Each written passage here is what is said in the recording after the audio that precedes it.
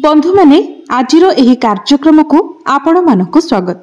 आजिर एही कार्यक्रमटी मकर राशिर व्यक्ति विशेष मानक पई बहुत गुरुत्वपूर्ण अटे, बहुत ही खास अटे।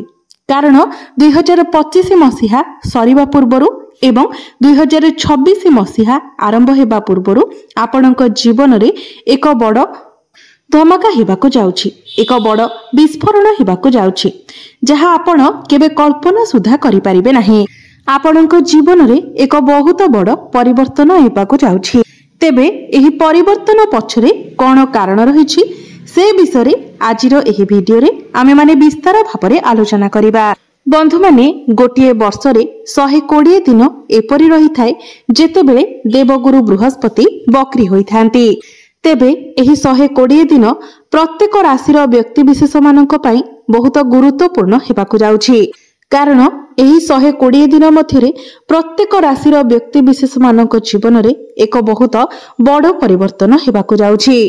कारण जेतेबेले कोनोसी ग्रह बकरी होइथांती सेतेबेले से बहुत अधिक शक्तिशाली होई जायथांती, तांकर शक्ति द्विगुणित होई जायथाय।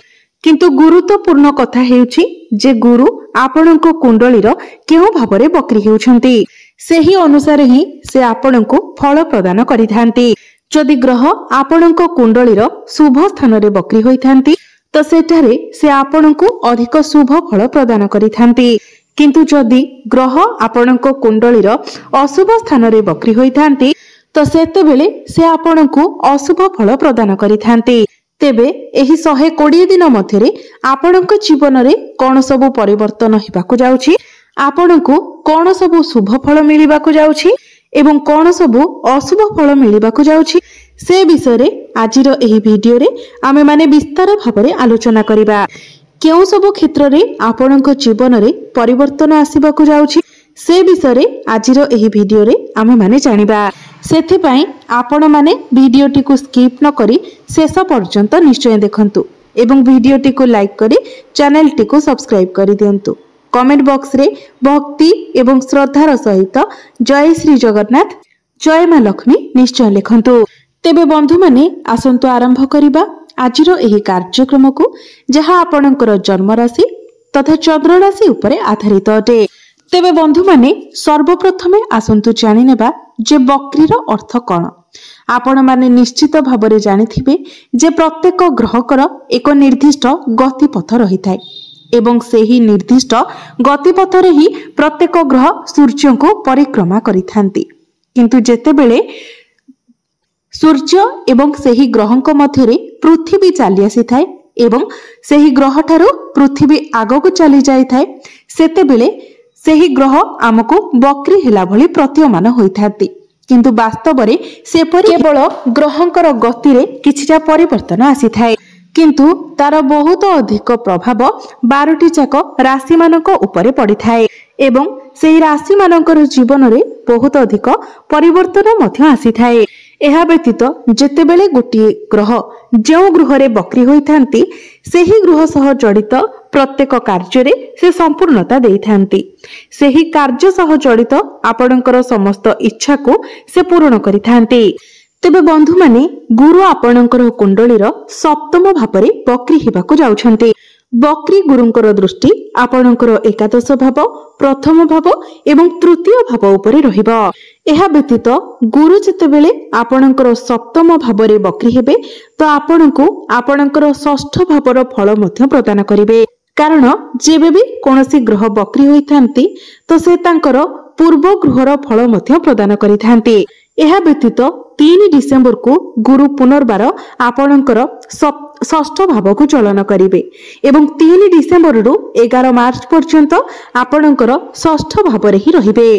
तेबे बंधु माने गुरु जो आपणकर सप्तम भाव रे बकरी हेबाको जाउछंती तो सप्तम भावटी होइथाय पार्टनरशिप रो भाव, आपणकर वैवाहिक जीवन रो भाव, डेली इनकम रो भाव।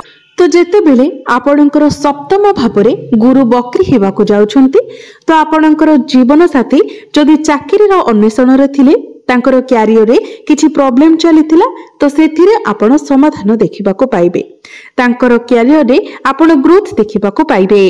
आपण दुई जण मिसी जदि किछि पार्टनरशिप रे आरंभ करबा को चाहतिले तो सेथिरे मध्य आपनको सफलता मिलिबो। आपणकर डेली इनकम रिलेटेड किछि काम आपण आरंभ करि पारंती किंबा जदि आपण सेपरि किछि कार्य करूथिले तो आपण सेतिरे ग्रोथ देखिबा को पाइबे। जदि आपण पार्टनरशिप बिजनेस करूछंती तो सेथिरे आपनको लाभ प्राप्ति हेबो किंबा जदि आपण नुआ किछि बिजनेस स्टार्ट करबा को चाहउछंती तो ताहा मध्य आपण करि पारिबे।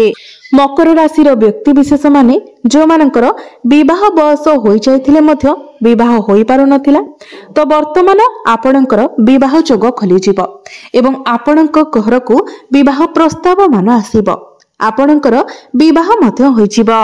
तेबे बंधु माने जेहेतु गुरु आपणकु षष्ठ भावर मध्य फल प्रदान करिवे तो एही 120 दिन मध्यरे आपणकर शत्रु संख्या टिके वृद्धि होई पारे एवं एही 120 दिन मध्यरे आपण किछि लोन मध्य नै पारंती। किंतु एही 120 दिन मध्यरे जदि आपणकर किछि कंपटीशन अछि, किछि कंपटीशन रे आपण जॉइन करिबा को चाहउछंती सेथि पई किंतु समय आपणक पई बहुत भलो रहिबो।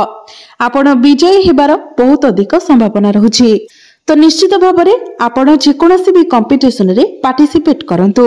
बंधु माने गुरु हेउछंती आपणकर द्वादश एवं तृतीय भावर अधिपति तो गुरु आपणकर सप्तम भावरे विपरीत राजयोगर निर्माण करिवे।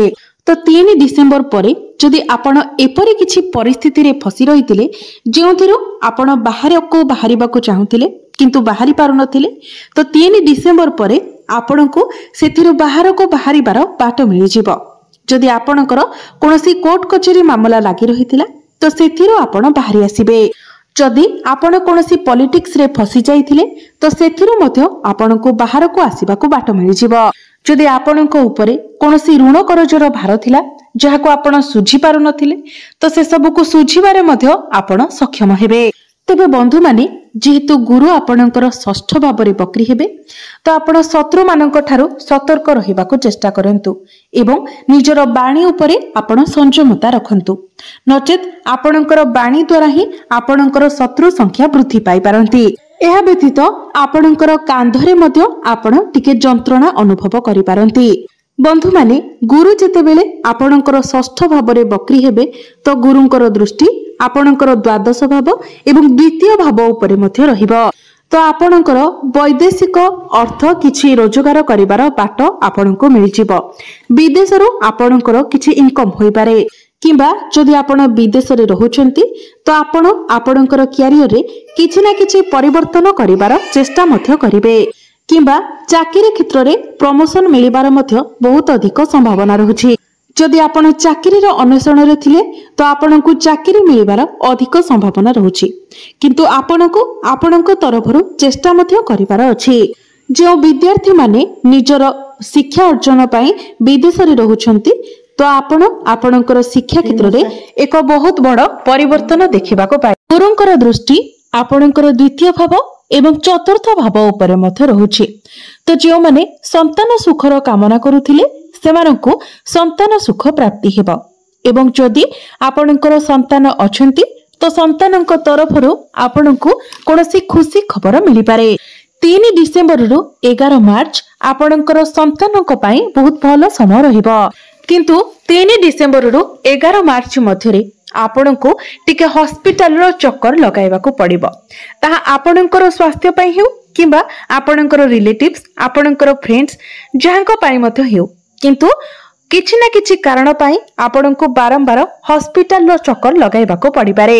एहा व्यतीत 3 डिसेंबर परे गुरुंकर दृष्टि आपणकर दशम भाव उपरे रहिबो तो आपण जदि टीम मैनेजमेंट रो किछि काम करूछंती, बैंकिंग रिलेटेड काम करूछंती, कंसल्टिंग रो काम करूछंती, डॉक्यूमेंटेशन रो काम करूछंती, जदि आपण टीचर अछंती, प्रोफेसर अछंती, पब्लिक डीलिंग रो काम करूछंती, मार्केटिंग रो काम करूछंती तो 3 डिसेंबर परठारु आपण ए सब क्षेत्र रे बहुत अधिक ग्रोथ देखिबा को पाइबे।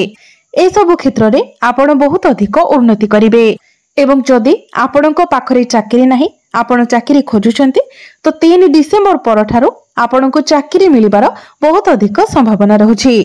तो 2026 मसिया आरंभ हेइ हो आपणको ए सब खुशी खबर मिलिबा को जाउछि। ଆପଣଙ୍କ ଜୀବନରେ ଏହି ସବୁ ପରିବର୍ତ୍ତନ ଆସିବାକୁ ଯାଉଛି।